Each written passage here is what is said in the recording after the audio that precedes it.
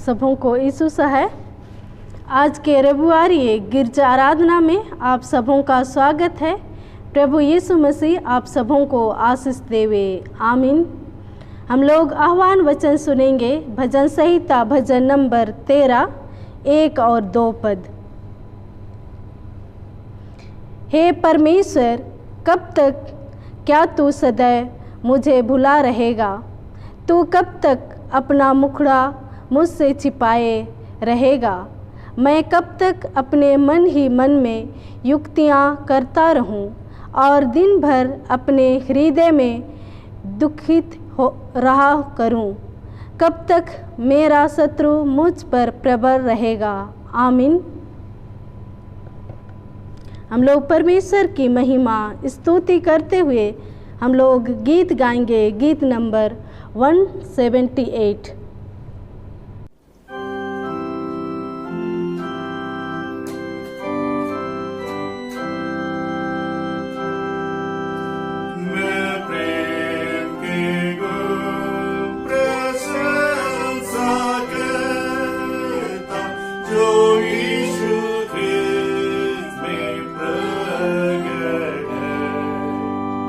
और अपने को समर्पित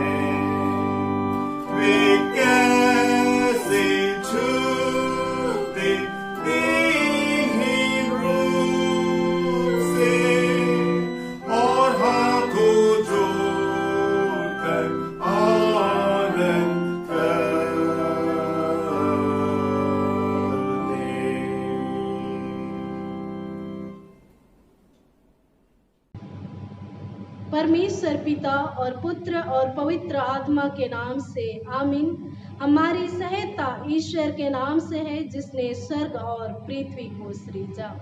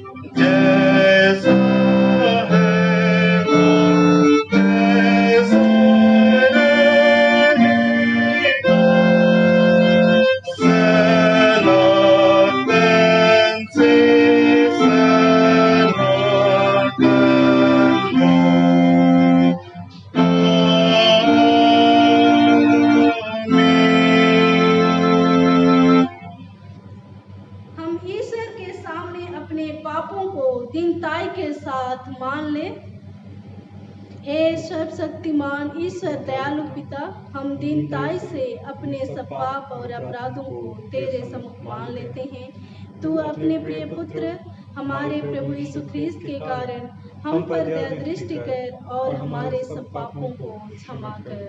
आमीन।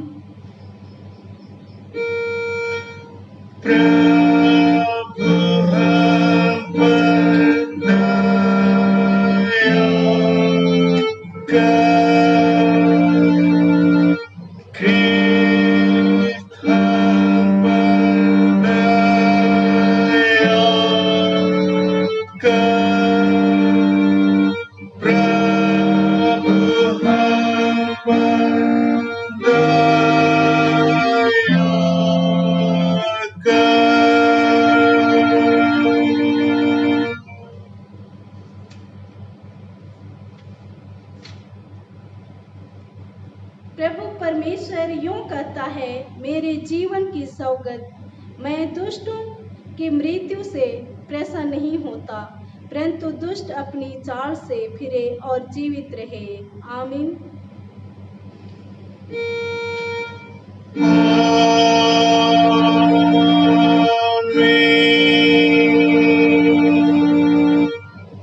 सबसे उच्च स्थान में ईश्वर का गुणानुवाद हो।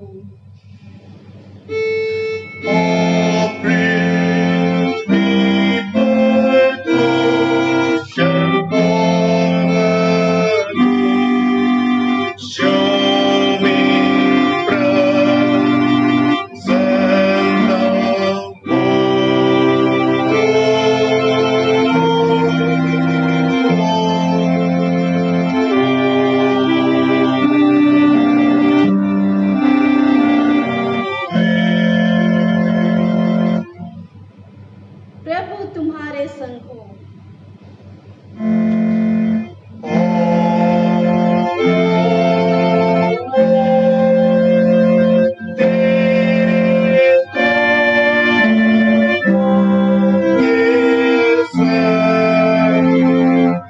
हम प्रार्थना करें। हे प्रिय प्रभु स्वर्गवासी पिता, हम तेरा धन्यवाद करते हैं कि तू अपनी कृपा से हमारा विनाश नहीं चाहता है, परंतु कि हम अपना मन तेरी ओर फिराएं और बच जाएं। हम तेरी विनती करते हैं, अपना पवित्र आत्मा हमको दे कि वह प्रतिदिन हमारे मनों में सच्चा पछतावा उत्पन्न करे, हमारे हृदयों में पाप क्षमा और अनंत जीवन की लालसा जन्मे, और तेरे अपार कृपा को विश्वास से ग्रहण करने और उसमें स्थिर रहने के लिए हमको सामर्थ्य दे। हर प्रकार की परीक्षा में हमको संभाल कि जिससे अनुग्रह के द्वारा अंत में परम सुखी हो जाए, हमारे प्रभु यीशु ख्रीस्त के कारण। आमीन।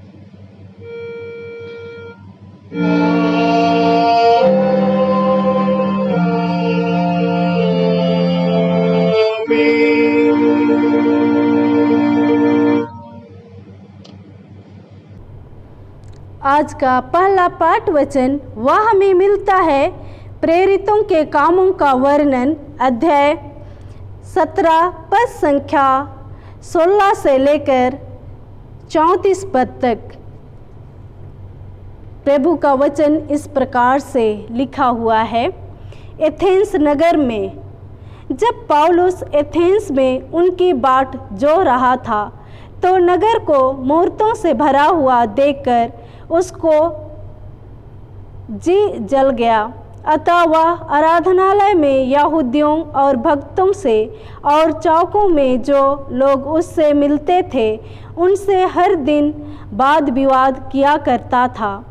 तब इपिकूरी और स्तोकी दार्शनिकों में से कुछ उससे तर्क करने लगे और कुछ ने कहा, यह बकवादी क्या कहना चाहता है।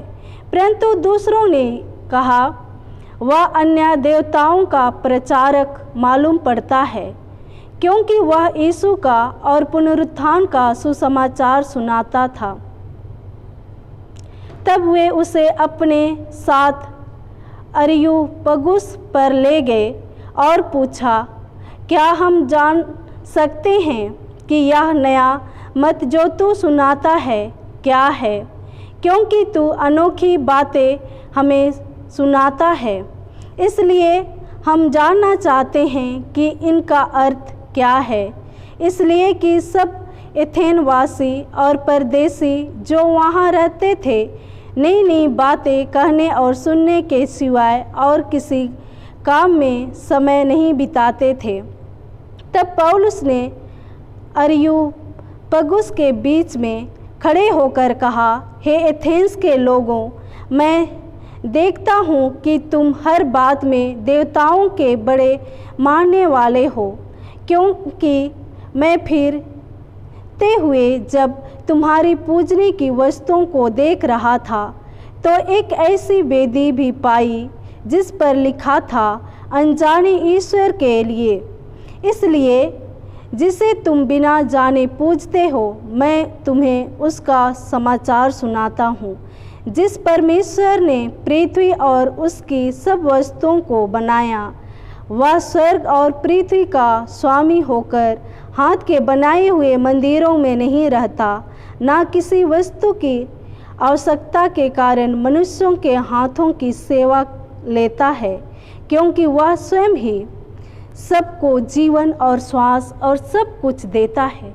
उसने एक ही मूल से मनुष्य की सब जातियां सारी पृथ्वी पर रहने के लिए बनाई है और उनके ठहराए हुए समय और निवास की सीमाओं को इसलिए बांधा है कि वे परमेश्वर को ढूंढे, कदाचित उसे टटोल कर पाए, तो भी वह हम में से किसी से दूर नहीं, क्योंकि हम उसी में जीवित रहते और चलते फिरते और स्थिर रहते हैं। जैसा तुम्हारे कितने कवियों ने भी कहा है, हम तो उसी के वंशज हैं। अतः परमेश्वर का वंश होकर हमें यह समझना उचित नहीं कि ईश्वर तो सोने या रुपये या पत्थर के समान है, जो मनुष्य की कारीगरी और कल्पना से गढ़े गए हों। इसलिए परमेश्वर ने अज्ञानता के समयों पर ध्यान नहीं दिया, पर अब हर जगह सब मनुष्यों को मन फिराने की आज्ञा देता है, क्योंकि उसने एक दिन ठहराया है जिसमें वह उस मनुष्य के द्वारा धर्म से जगत का न्याय करेगा जिसे उसने ठहराया है, और उसे मरे हुओं में से जिलाकर यह बात सब पर प्रमाणित कर दी है। मरे हुओं के पुनरुत्थान की बात सुनकर कुछ तो ठट्ठा करने लगे और कुछ ने कहा, यह बात हम तुझसे फिर कभी सुनेंगे। इस पर पौलुस उनके बीच में से निकल गया, परंतु कुछ मनुष्य उसके साथ मिल गए और विश्वास किया, जिसमें दियुनुसियुस जो अरियुपगुस का सदस्य था और दमरिस नामक एक स्त्री थी, और उनके साथ और भी लोग थे। आमीन। तेरा धन्यवाद होवे हे ख्रिस्ट यीशु, हालेलुया। हालेलुया हालेलुया हालेलुया।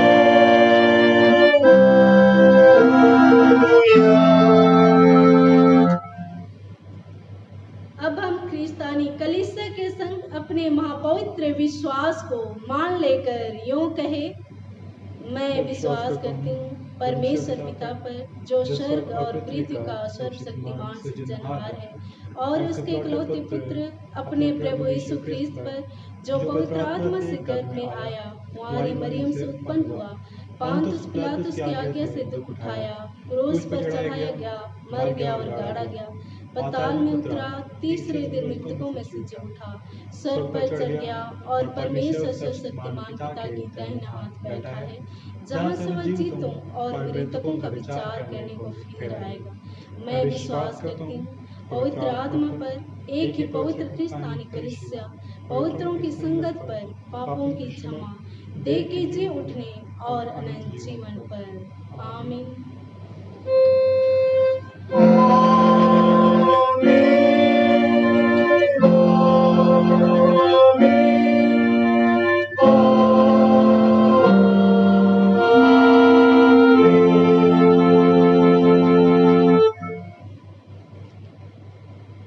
इस समय गोस्नर कोयर को गीत गाने के लिए समय दिया जाता है।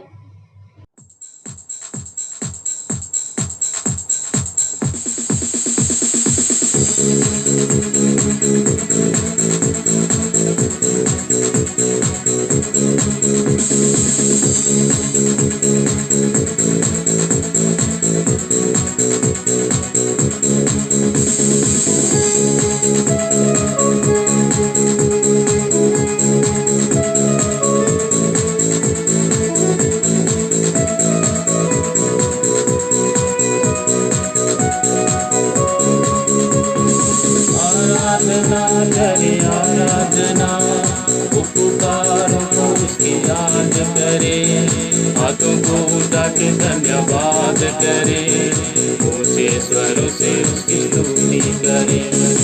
आराधना करे आराधना, उपकारों को उसकी याद करे, हाथों को उठा के धन्यवाद करे, ऊंचे स्वरों से उसकी स्तुति करे। हालेलुया हालेलुया हालेलुया हालेलुया हालेलुया हालेलुया हालेलुया हालेलुया हालेलुया हालेलुया हालेलुया हालेलुया हालेलुया हालेलुया हालेलुया हालेलुया।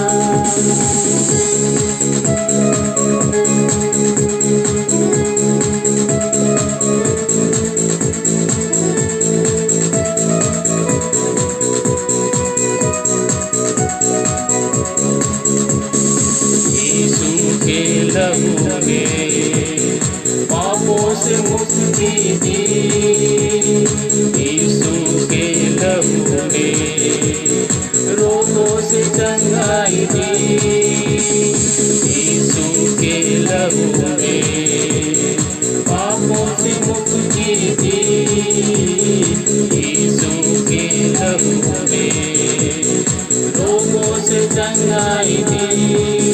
संभाला मुझे अपने हाथों से, संभाला मुझे अपने हाथों से, मुझे कोई भी चिंता नहीं।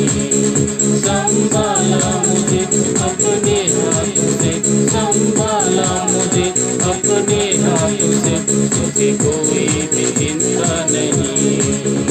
हालेलुया हालेलुया हालेलुया हालेलुया हालेलुया हालेलुया हालेलुया हालेलुया हालेलुया हालेलुया हालेलुया हालेलुया हालेलुया हालेलुया हालेलुया हालेलुया।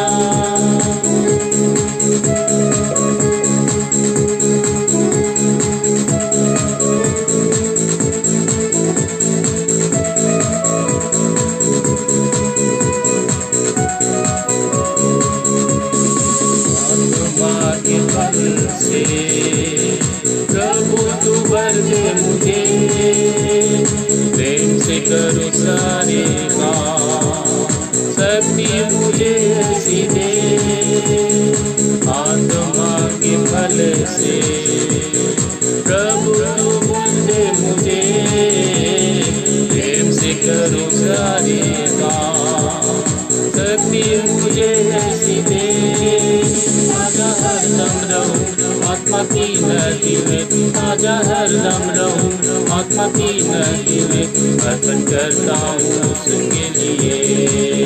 ताजा हरदम रहूं आत्मा की नदी में, ताजा हरदम रहूं आत्मा की नदी में, अर्पण करता हूँ उसके लिए। हालेलुया हालेलुया हालेलुया हालेलुया हालेलुया हालेलुया हालेलुया हालेलुया हालेलुया हालेलुया हालेलुया हालेलुया हालेलुया हालेलुया हालेलुया हालेलुया। आराधना करे आराधना, वो पुकारों को उसकी याद करे, हाथों को उठा के धन्यवाद करे, ऊंचे स्वरों से उसकी स्तुति करे। आराधना करे आराधना, वो पुकारों को उसकी याद करे, हाथों को उठा के धन्यवाद करे, ऊंचे स्वरों से उसकी स्तुति करे। हालेलुया हालेलुया हालेलुया हालेलुया हालेलुया हालेलुया हालेलुया हालेलुया हालेलुया हालेलुया हालेलुया हालेलुया हालेलुया हालेलुया हालेलुया हालेलुया।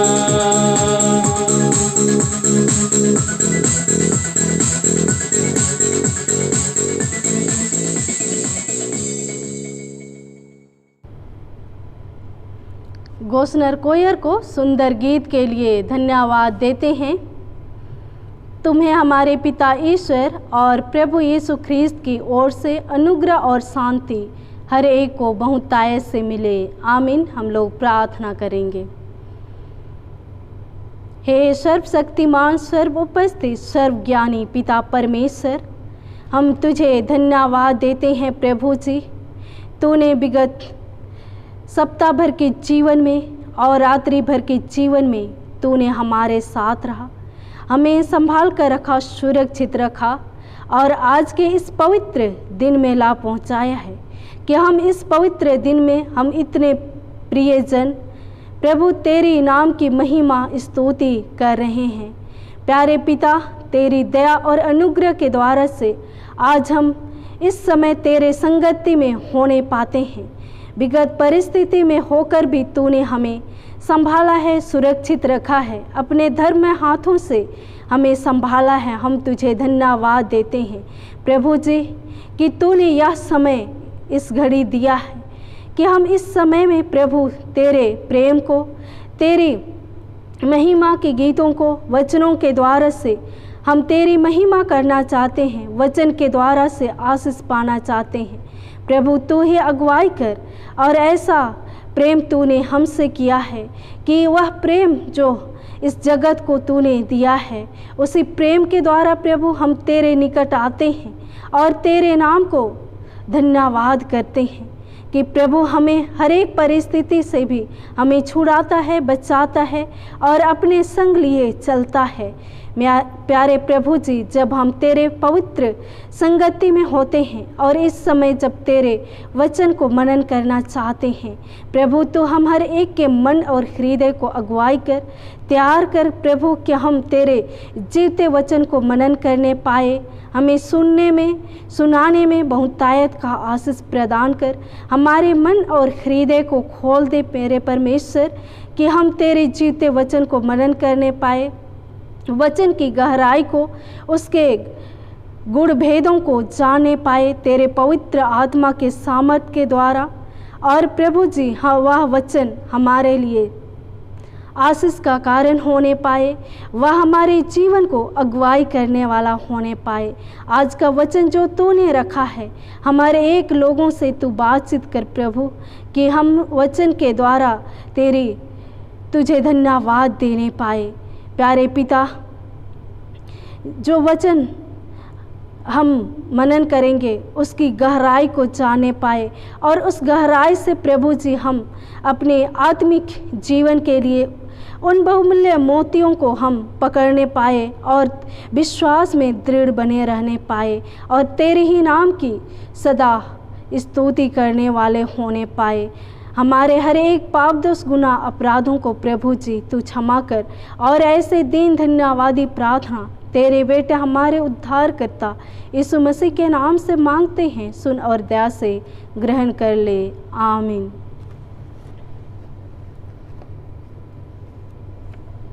आज के लिए ठहराया हुआ उपदेश वचन वह हमें मिलता है लूका रचित सुसमाचार अध्याय 16 पद संख्या 1 से 13 पद तक।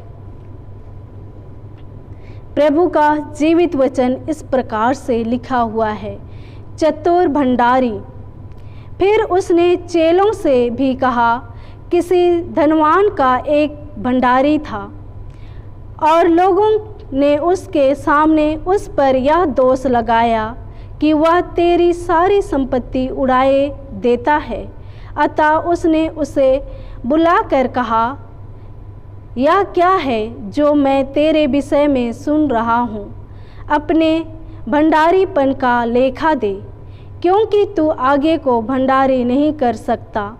तब भंडारी सोचने लगा, अब मैं क्या करूँ, क्योंकि मेरा स्वामी अब भंडारी का काम मुझसे छीन रहा है।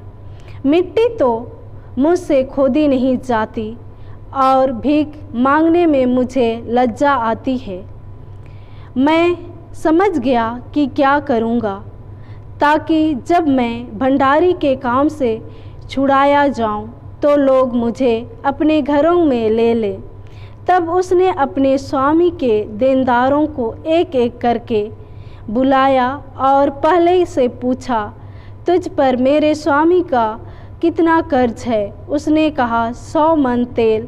तब उसने उससे कहा, अपना खाता बही ले और बैठकर तुरंत 50 लिख दे। फिर उसने दूसरे से पूछा, तुझ पर कितना कर्ज है? उसने कहा, 100 मन गेहूँ। तब उसने उससे कहा, अपना खाता बही लेकर 80 लिख दे। स्वामी ने उस अधर्मी भंडारी को सराहा कि उसने चतुराई से काम किया है, क्योंकि इस संसार के लोग अपने समय के लोगों के साथ रीति व्यवहारों में ज्योति के लोगों से अधिक चतुर हैं। और मैं तुमसे कहता हूँ कि अधर्म के धन से अपने लिए मित्र बना लो, ताकि जब वह जाता रहे तो वे तुम्हें अनंत निवासों में ले ले। जो थोड़े से थोड़ा में सच्चा है वह बहुत में भी सच्चा है, और जो थोड़े से थोड़े में अधर्मी है वह बहुत में भी अधर्मी है। इसलिए जब तुम अधर्म के धन में सच्चे ना ठहरे तो सच्चा धन तुम्हें कौन सौंपेगा? और यदि तुम पराये धन में सच्चे ना ठहरे तो जो तुम्हारा है उसे तुम्हें कौन देगा? क्योंकि कोई दास दो स्वामी की सेवा नहीं कर सकता, क्योंकि वह तो एक से बैर और दूसरे से प्रेम रखेगा, या एक से मिला रहेगा और दूसरे को तुच्छ जानेगा। तुम परमेश्वर और धन दोनों की सेवा नहीं कर सकते। आमीन।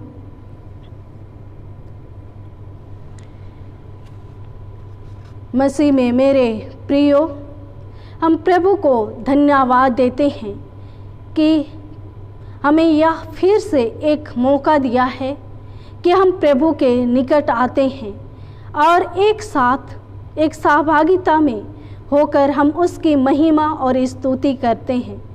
प्रभु ने हम सबों को अब तक संभाल कर रखा है, सुरक्षित रखा है, और आज हम इस योग्य पाए जाते हैं कि हम उसकी महिमा और स्तुति कर रहे हैं।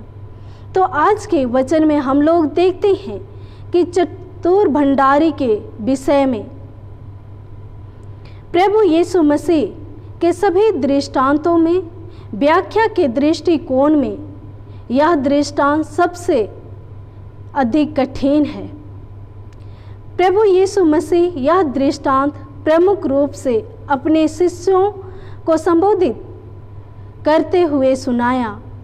उस समय उसके आसपास बड़ी भीड़ एकत्रित थी एवं कई शास्त्री और फरीसी लोग भी एकत्रित थे, जिन्होंने यह दृष्टांत सुनकर अपनी प्रतिक्रिया भी व्यक्त की।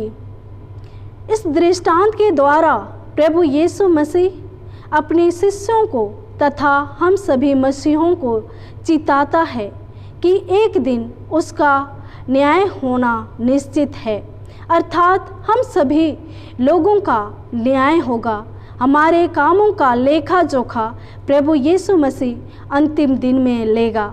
और हम लोग वचन में देखे थे, पाठ वचन में, कि वह कहता है क्योंकि उसने एक दिन ठहराया है जिसमें वह उस मनुष्य के द्वारा धर्म से जगत का न्याय करेगा। उस मनुष्य अर्थात प्रभु यीशु मसीह धर्म से जगत का न्याय करेगा, जिससे उसने ठहराया है। और तो हमारे हरेक कामों का न्याय हमें देना होगा। और इसलिए हमें प्रभु ने जो भी हमें इस जीवन में हमें एक भंडारी करने के लिए जो भी आशीष दिया है, हम उसका भंडारीपन करें। हम सबको अपनी सांसारिक धन का उपयोग चतुरतापूर्वक आत्मिक लाभ के लिए करना है, जिसका लाभ अनंत का है। तो आज के वचन में यीशु मसीह एक चतुर भंडारी के दृष्टांत से बतलाता है, जिसके द्वारा परमेश्वर का वरदान जो मिला है उसके प्रति ईमानदारी बनने के विषय में समझाने चाहता है। एक भंडारी था जिसको भंडार की रखवाली और हिसाब किताब की सारी जिम्मेदारी सौंपी गई थी, लेकिन वह स्वामी के प्रति विश्वस्त नहीं रहा और इसलिए स्वामी उसको उस काम से निकाल देना चाहा। जब उसे मालूम हुआ कि मेरा स्वामी मुझे काम से निकाल दे रहा है, वह अपना ज्ञान का उपयोग करके अपने लिए वह रास्ता निकालता है कि हम क्या करें, क्योंकि वह अपना छवि था उसको बचाना चाहता था, ताकि वह काम से निकाला जाए तो भी दूसरे के घरों में वह काम कर सके। इसलिए वह उपाय करता है और वह चतुराई से काम करता है, और स्वामी इस चतुराई का काम को देखकर उससे खुश होता है और वह कहता है कि इस संसार के लोगों से, ज्योति के लोगों के रीति व्यवहार से अधिक चतुर हैं। हम देखते हैं कि यह भंडारी किस प्रकार अपने प्राण को बचाने के लिए उपाय करता है। वह अपने स्वामी के देनदारों को एक एक करके बुलाता है और पहले से पूछता है, तुझ पर मेरे स्वामी का कितना कर्ज है? उसने कहा 100 मन तेल। तो उससे कहता है, अपना खाता बही लेकर और बैठकर तुरंत 50 लिख। दूसरे से भी वह पूछता है कि तुझ पर कितना कर्ज है? उसने कहा 100 मन गेहूँ। तब उससे कहा, अपने खाता बही पर लेकर 80 लिख। इस तरह से वह एक चतुराई के साथ काम करता है। जो ब्याज था उसको वह छोड़कर जो मूल्य है उसको लिखने के लिए कहता है। इस तरह से वह एक चतुराई के साथ काम कर रहा था कि ताकि यदि हम मुझे भंडारीपन से भी हमें निकाल देगा तो हम दूसरे काम के लिए भी कर सकते हैं। तो वह इस तरह के काम को देखकर स्वामी खुश होता है। वह गलत काम किया इसके लिए नहीं, लेकिन वह एक बुद्धि ज्ञान को इस्तेमाल करते हुए वह चतुराई के साथ काम किया, इसलिए उसका तारीफ करता है, उसे सराहते हैं। मेरे प्रियो, आज प्रभु यीशु मसीह भी हम सबों को अपने भंडार से कुछ ना कुछ दिया है और उस भंडारी का हमें भंडारीपन करना है और उस भंडार में से वस्तु से अपने लिए नष्ट होने से बचने के लिए हमें चतुराई के साथ भंडारी का काम को करना है। वचन में भी कहता है कि मत्ती 10:16 में सांपों के समान बुद्धिमान और कबूतरों के समान भोले बनो। जहाँ पर हमें बुद्धिमानी की बातें आती है, बुद्धिमान दिखाने की बात है, तो हमें वहाँ बुद्धिमानी से काम लेना है। जहाँ पर चतुराई भोलेपन से हमें लेना है, वहाँ पर भोले बनना है। मेरे प्रियो,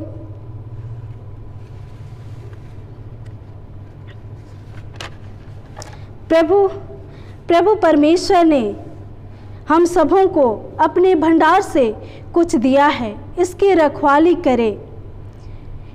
इस भंडार से दिया गया वस्तु को बाइबल में वरदान कहा गया है। हम लोग रोमी 12:6 से 8 पद में हम लोग पाते हैं कि वहाँ प्रभु यीशु मसीह हमें विभिन्न प्रकार के वरदान दिए हैं, उसके विषय में बताया गया है।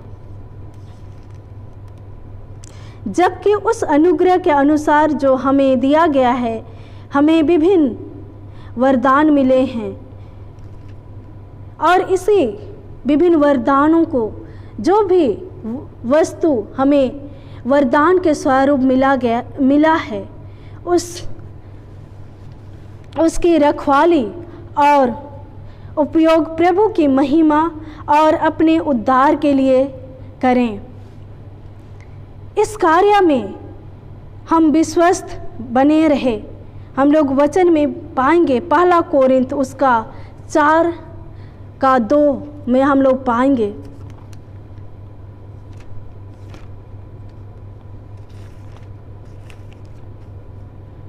यहाँ पर कहता है कि फिर यहाँ भंडारी में यह बात देखी जाती है कि वह विश्वास योग्य हो। जो भंडारी प्रभु यीशु मसीह ने हम सबों को दिया है, उस भंडारी के लिए हमें विश्वास योग्य बने रहना है। मनुष्य हमें मसीह के सेवक और परमेश्वर के भेदियों के भंडारी समझे कहता है।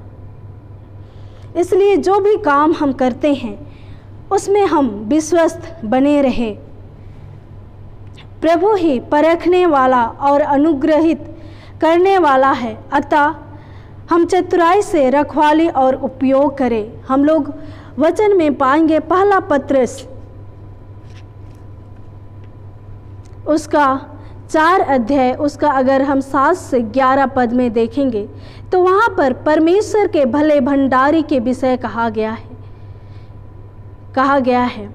सब बातों में अंत तुरंत होने वाला है, इसलिए संयमी होकर प्रार्थना के लिए सचेत रहो। सब में श्रेष्ठ बात यह है कि एक दूसरे से अधिक प्रेम रखो, क्योंकि प्रेम अनेक पापों को ढांप देता है।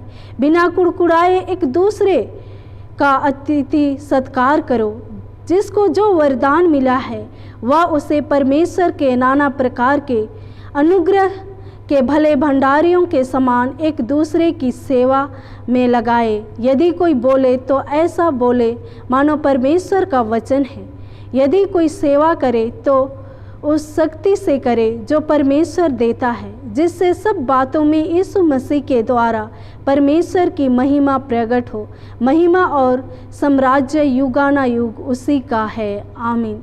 ये एक भले भंडारी के विषय में यहाँ पर पत्रस बताता है वचन के माध्यम से। जो भी हमें वरदान मिला है उसका हमें अच्छाई से भंडारीपन करना है। और हम लोग वचन में पाते हैं कि नाशमान धन से अविनाशी धन प्राप्त करे कहता है। इस पृथ्वी का धन दौलत ज्ञान बुद्धि समय के साथ समाप्त हो जाता है, पर परमेश्वर ने हम सबों को इसी धन का भंडारी बनाया है और वह चाहता है कि इस धन का उपयोग हम ऐसे करें कि अविनाशी धन जो अनंत जीवन है प्राप्त कर सके। हम धन का लालच ना करें, क्योंकि ऐसा करना सब बुराइयों का जड़ माना गया है और जीवन को बर्बाद कर देता है। प्रियो, इसलिए हमें चाहिए कि इसमें अभिमानी ना हो और ना चंचल धन पर आशा रखे, पर परमेश्वर जो हमारे सुख के लिए सब खुद बहुतायत से देता है। हम लोग वचन में पाते हैं, पहला तीमुथियुस उसका 6 अध्याय उसका 17 से 19 पद में वहाँ पर वचन कहता है,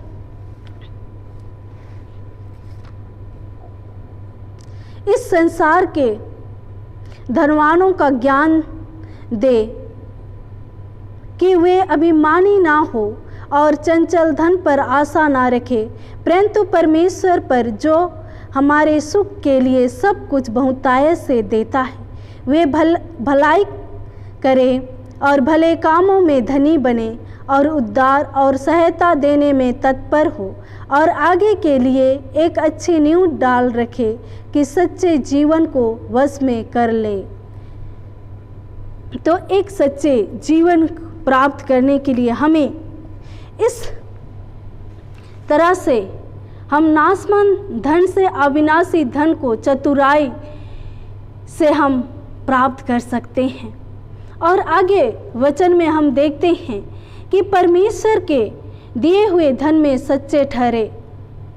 मेरे प्रियो, परमेश्वर ने हम सबों को धन दिया है। हम लोग वचन में पाते हैं, नीति वचन 10 उसका 22 में, धन यहोवा की ही आशीष से मिलता है और इस धन का उपयोग कर हम अपने जीवन को सुरक्षित करते हैं। पर कुछ लोग जो इस धन का सही उपयोग ना करके नष्ट होने की दिशा में आगे बढ़ते हैं। हमें परमेश्वर विभिन्न तरह के उत्तरदायित्व दिया है, किसी को कम तो किसी को ज़्यादा, पर हमें इस धन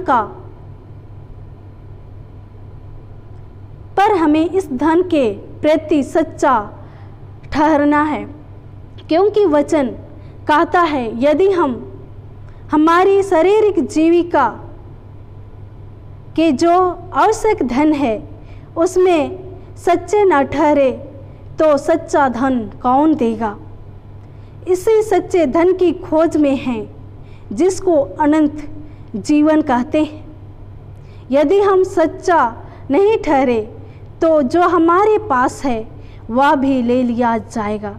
इसलिए प्रियो, प्रभु ने जो भी हमें आशीष के रूप में धन दिया है उसमें हमें सच्चा ठहरना है। जैसे वचन में लिखा है, नीति वचन 11 अध्याय उसका 27 और 28 पद में, जो यत्न से भलाई करता है वह प्रसन्नता को खोजता है और नए पत्ते के समान लहलहाता है। अतः हमें भी परमेश्वर के वचन, दान, वरदान और प्यार के प्रति सच्चे बने रहना है, तो हमारे जीवन का उद्धार के लिए जो कुछ भी आवश्यक है वह मिलेगा और प्रभु हमें देगा। हम धन को अपना नहीं वरन परमेश्वर का दिया हुआ आशीष समझकर उपयोग में लाए तो प्रभु परमेश्वर के सम्मुख सच्चे ठहरेंगे। मेरे प्रियो, चतुर भंडारी ने अपने प्राण को बचाने के लिए उपाय किया और उनके इस काम को देखकर स्वामी उसका तारीफ करता है, उसका सराहना करता है कि वह एक चतुराई के साथ में, एक बुद्धिमानी के साथ उसने काम किया है। जब हम भी प्रभु ने जो वरदान दिया है, जो भी हमें भंडारी के लिए अपने भंडार से दिया है, हम जब उस भंडार का भंडारी अच्छी तरह से हम करते हैं तो प्रभु भी हमें ऐसा तारीफ करेगा। इसलिए हम भी प्रभु परमेश्वर के धन के द्वारा अपने जीवन को अनंत पाप में पड़कर नष्ट होने से बचाने का उपाय करें, तो प्रभु भी हमें सराहेंगे और अनंत निवास में ले लेंगे, जहाँ सदैव की शांति हमें मिलेगी। इसलिए प्रभु आज जब यहाँ पर एक चतुर भंडारी के दृष्टांत के माध्यम से हमें शिक्षा देना चाह रहा है कि हम भी इस चतुर भंडारी के समान, जो भी प्रभु के वरदान हमें मिला है, उस वरदान के कामों को हम अच्छी तरह से करें और उस काम को जो न्याय होगा उस दिन हमें भी हिसाब और किताब देना होगा। और इसलिए हर एक कामों को हमें एक सूझबूझ के साथ, एक बुद्धिमत्ता के साथ हमें काम करना है, ताकि प्रभु हमें भी हमारा तारीफ करे और हम प्रभु के साथ अपने जीवन को व्यतीत करने वाले होने पाए। प्रभु इस वचन के द्वारा से हम सबों को बहुतायत का आशीष प्रदान करे। आमीन। हम लोग प्रार्थना करेंगे। हे सामर्थ्य यहोवा पिता परमेश्वर, हम तुझे धन्यवाद देते हैं प्रभु कि आज तूने वचन के माध्यम से हमें शिक्षा देता है।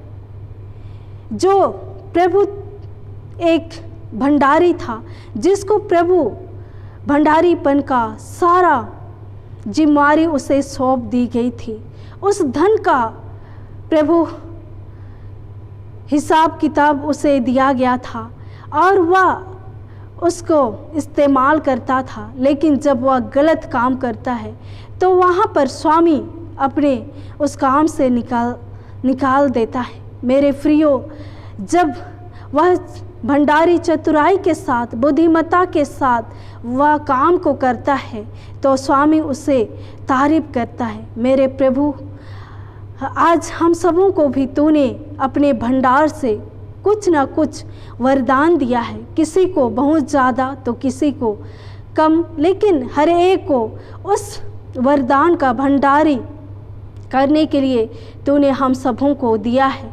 हम इस जगत में उस वरदान का भंडारी किस तरह से करते हैं प्रभु, उस भंडारी का लेखा तू अंत के दिनों में लेगा, न्याय के दिन तू उसका लेखा लेगा। मेरे प्यारे पिता, इसलिए तू हमें ऐसा अगुवाई कर, तेरे द्वारा से हम उस आशीष को, उस वरदान का, उस धन का भंडारी सही रीति से करने वाले होने पाए। प्यारे प्रभु, आज के वचन के द्वारा से हम हर एक को बहुतायत से आशीष प्रदान कर, वचन हमारे मन और हृदय में प्रभु रहने पाए, हमारे हृदय में 100 गुना 70 गुना फल लाने पाए, आत्मिक रूप से हम बहुतायत का आशीष को प्राप्त करने पाए।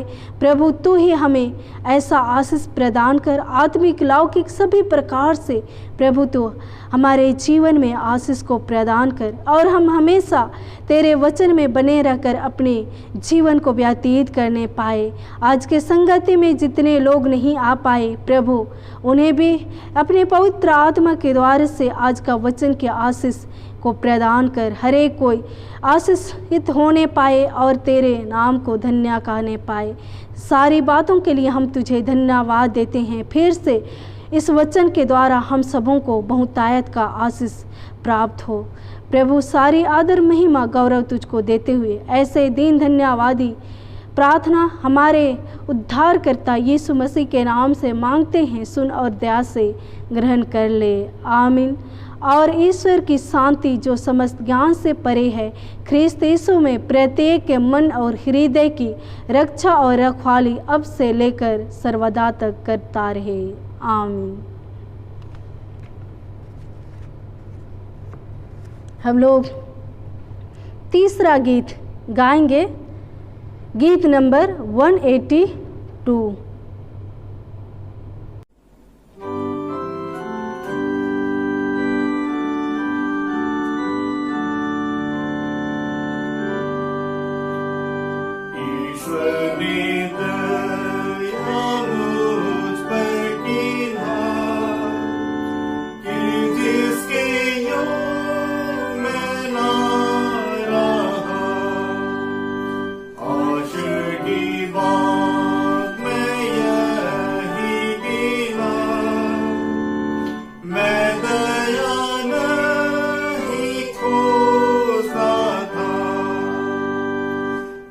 मुझे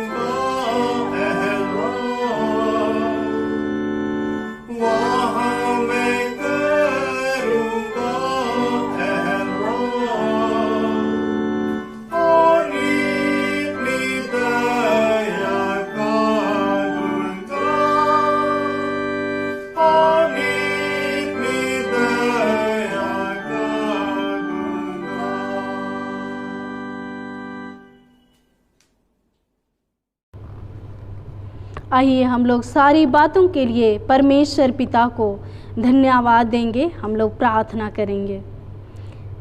पवित्र पवित्र सेनाओं का यहोवा पिता परमेश्वर, हमारा उद्धारकर्ता प्रभु यीशु मसीह, हम तुझे फिर होकर धन्यवाद देते हैं प्रभु जी। आज हम मिलकर तेरी महिमा स्तुति कर रहे हैं प्रभु जी, और हम तुझे धन्यवाद देते हैं जीवन के तमाम सारी दया आशीष अनुग्रह के लिए। प्रभु तो हम हर एक को अपने छात्र छाया में हमेशा सुरक्षित रख कि हम तेरे नाम की महिमा ऐसा ही दिन प्रतिदिन करने वाले होने पाए। प्रभु जी, हर एक प्रकार की मुसीबत, तकलीफ, बीमारी, हर एक महामारी से तू बचाए रख। सबों को प्रभु तेरे हाथों में सौंप देते हैं। सबों की तू रक्षा और रखवाली कर, सबों का तू स्वामी और मालिक होकर तू अगुवाई कर प्रभु जी। हर एक जन के साथ हो प्यारे पिता। इस समय जब हम कठिन परिस्थिति में होकर अपने जीवन को व्यतीत करते हैं प्रभु, महामारी में होकर भी, लेकिन तू अब तक हम सबों पर कृपा दृष्टि किया है। हम सबों को तू संभाल कर रखा, सुरक्षित रखा है। धन्यवाद देते हैं और प्रार्थना करते हैं प्रभु, आने वाले समय में प्रभु इस महामारी को प्रभु यीशु मसीह के नाम से दूर कर, और हम तेरे संगति में एक संगति होकर तेरे नाम को धन्यवाद देने पाए और तेरे ही नाम को सहराने वाले होने पाए। प्रभु जी, हम प्रार्थना करते हैं हर एक परिवार के साथ हो, हर एक लोगों के साथ हो प्रभु, हर एक मंडली के लोगों के साथ हो प्यारे पिता। सबों को तू सुरक्षित रख, संभाल कर रख अपने छात्र छाया में। हर एक प्रकार की मुसीबतों से तू बचाए रख। प्रार्थना करते हैं जितने बीमार दुखी हैं प्रभु जी, सबों को तेरे पास लाते हैं प्रभु। तू समय की पूर्णता में उन्हें चंगाई प्रदान कर, अपने छेदे हाथों को बढ़ाकर स्पर्श कर और चंगाई प्रदान कर कि वे समय की पूर्णता में प्रभु सुस्वस्थ होकर तुझे धन्यवाद देने वाले होने पाए। प्रार्थना करते हैं प्रभु विशेष रूप से पादरी आनंद मसीह आइंद के लिए, जो इस समय प्रभु वह लकवा ग्रसित है प्यारे पिता। वे तेरे दास हैं, जबकि वे सेवा निर्मित हैं प्रभु जी। वो अपने जीवन में प्रभु तेरी सेवकाई के कामों को करने पाए और इस समय प्रभु दुख की घड़ी में है प्यारे पिता। हम उसकी चंगाई के लिए पूरे मंडली होकर प्रार्थना करते हैं प्रभु। तो अपने छेदे हाथों को बढ़ाकर स्पर्श कर, छू और चंगाई प्रदान कर प्रभु। उसके शरीर को तू छू ले, उसके जो भी अंग प्रभु जी लकवा ग्रसित है उस अंग को प्रभु तू छू ले, शरीर को छू ले मेरे राजा, और उसे चंगाई प्रदान कर। तू भी अद्भुत रीति से चंगाई देने वाला परमेश्वर पिता है प्रभु। उस पर कृपा दृष्टि कर, उनके सारे पापों को क्षमा कर, और प्रभु तू अपनी हाथ बढ़ाकर उसे चंगाई प्रदान कर, ताकि वे समय की पूर्णता में प्रभु जी चंगाई को प्राप्त करके तुझे धन्यवाद देने पाए। जो भी उनकी सेवा इलाज की जा रही हैं, जो भी दवाइयाँ दी जा रही हैं प्रभु, उसे गुणगार बना, ताकि उसे खाकर प्रभु समय की पूर्णता में चंगाई को प्राप्त करने वाले होने पाए। तेरे हाथों में सौंप देते हैं प्रभु, तो उनकी रक्षा और रखवाली कर प्यारे पिता। हमारे दिल्ली पेरिस के विभिन्न मंडली के हर एक भाई बहनों के साथ हो, माता पिता, बच्चे, बुजुर्ग, माता पिता, सबों को प्रभु तेरे हाथों में सौंप देते हैं। सबों को तू संभाल और सुरक्षित रख प्यारे पिता। हम प्रार्थना करते हैं हमारे हर एक मंडली के कामों में तू आशीष प्रदान कर, और तेरी ही अगुवाई में हर एक कामों को करने वाले होने पाए प्रभु। हम सारी बातों के लिए तुझे धन्यवाद देने पाए प्रभु, और तेरी नाम को महिमा हो प्यारे पिता। हम प्रार्थना करते हैं हमारे देश के लिए भी प्रभु। हे प्रभु परमेश्वर स्वर्गवासी पिता, हम सारी मन से तुझे धन्यवाद देते हैं और विनती करते हैं अपनी ख्रिस्तानी कलीसिया और उसके सारे सेवकों की अगुवाई कर, कि वे तेरे वचन के निर्मल उपदेश में ठहरे, जिससे सच, विश्वास और प्रेम हम में बढ़े और बढ़ाया जाए। हे प्रभु, भारत रिपब्लिक के हमारे प्रेसिडेंट, इस प्रांत के गवर्नर, राज्य के सभाओं और मंत्रिमंडलों, सब न्यायियों और हकीमों और सब राज्य कर्मचारियों को आशीष दे और उनकी अगुवाई कर कि वे न्याय और धर्म से देश की सेवा करें और हम कुशल चैन से सारी भक्ति और गंभीरता से काल बिताए। हमारी कलीसियाई सभाओं, सेंटर काउंसिल, डायसिस काउंसिल और कलीसिया की अन्य मंडली सभाओं को आशीष दे कि वे इस मंडली को तेरी पवित्र इच्छा के अनुसार चलाए। जगत की लूथेरन कलीसिया और देश विदेश के हमारे सभी ख्रिस्त विश्वासी मित्रों को आशीष दे कि हम ख्रिस्ती प्रेम और सहयोग में आगे बढ़े और जगत के लिए तेरी साक्षी के लिए अधिक सामर्थ पाए। हमारे कलीसिया के सब कामों पर आशीष दे, लड़के लड़कियों की शिक्षा पर आशीष दे कि वे तेरे भय, प्रेम और भरोसा में बढ़ते जाए। कलीसिया के विद्यालयों और शिक्षण, प्रशिक्षण महाविद्यालयों और अन्य संस्थाओं को संभाल और उनकी बढ़ती दे और उनके द्वारा कलीसिया के लिए आत्मिक और लौकिक आशीष दे। खेती बाड़ी और हर एक काम उद्यम को सफल कर, जिससे हर कोई सुविवेक से तेरे आगे चले और अपनी जीविका पाए। अपनी कृपा से उन सबों पर दृष्टि कर जो कंगालपन, रोग और नाना प्रकार की सकेती और दुख में हैं, उनको शांति दे। हमारे कलीसिया के सब भाई बहनों की रक्षा कर जो दूसरे देशों में चले गए हैं, कि वे सब जोखिम और परीक्षाओं में विश्वासी ठहरे। हम उनके लिए भी तेरी विनती करते हैं जो मंडली से निकाले गए व उलट हुए हैं, उन पर दया कर कि वे सच्चे पछताव से तेरी ओर फिरे। सब मनुष्यों का त्राणी ठहर और उन पर जो अंधियारे में बैठे हैं मुक्ति का उजाला प्रकाश कर। हमको अपछतापी मृत्यु से बचा और अंत में अपने प्रिय पुत्र हमारे प्रभु यीशु ख्रिस्त के द्वारा स्वर्गराज में ग्रहण कर। आमीन। हे हमारे पिता, तू जो स्वर्ग में है, तेरा नाम पवित्र किया जावे, तेरा राज आए, तेरी इच्छा जैसे स्वर्ग में है वैसे इस पृथ्वी पर भी हो। हमारे प्रतिदिन की रोटी आज हमको दे और हमारे अपराधों को क्षमा कर जैसे हम भी अपने अपराधियों को क्षमा करते हैं, और हमको परीक्षा में ना डाल परंतु बुराई से बचा, क्योंकि राज और पराक्रम और महत्व सदा तेरे ही हैं। आमीन।